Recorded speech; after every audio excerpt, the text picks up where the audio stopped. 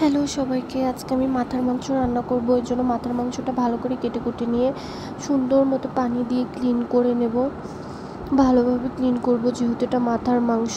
তারপরে একটা পাত্রে পানি গরম করে মাংসটা ফুটিয়ে নেব। গরম পানিতে দিয়ে ভালোভাবে ফুটিয়ে নেব, কারণ এর ভিতর অনেক আবর্জনা থাকে। আপনারা ফুটালেই টের পাবেন, যখন পানির ভিতর দিয়ে ফুটাবেন অনেক ময়লা বের হয়। তারপরে এটা আবার ঠান্ডা পানি দিয়ে আমি সুন্দর করে ক্লিন করে নেব। সুন্দরভাবে ক্লিন করব যাতে একটুও ময়লা না থাকে। আমি আমার মতো করে সুন্দর করে নিয়েছি।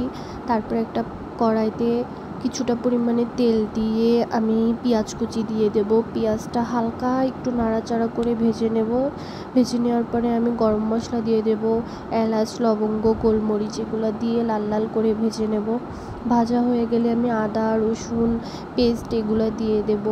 এরপরে হলুদের গুঁড়া, মরিচের গুঁড়া, লবণ আপনারা আপনাদের স্বাদ মতো দেবেন। আমি যেহেতু মরিচটা একটু বেশি খাই, এর জন্য আমি একটু ঝালটা বেশি দিয়েছি। আপনারা আপনাদের মতন করে দিয়ে দেবেন। তারপরে মশলাটা ভালোভাবে একটু কষিয়ে নেব। হালকা একটু পানি দিয়ে কষিয়ে নেবেন, তাহলেই মশলার কাঁচা কাঁচা ফ্লেভারটা আসবে না। তারপরে আমার ধুয়ে রাখা মাংসটা দিয়ে দেব। মাংস দিয়ে ভালো করে কষিয়ে নেব। কষানো হয়ে গেলে তার ভিতর কিছুটা আলু দিয়ে নেব।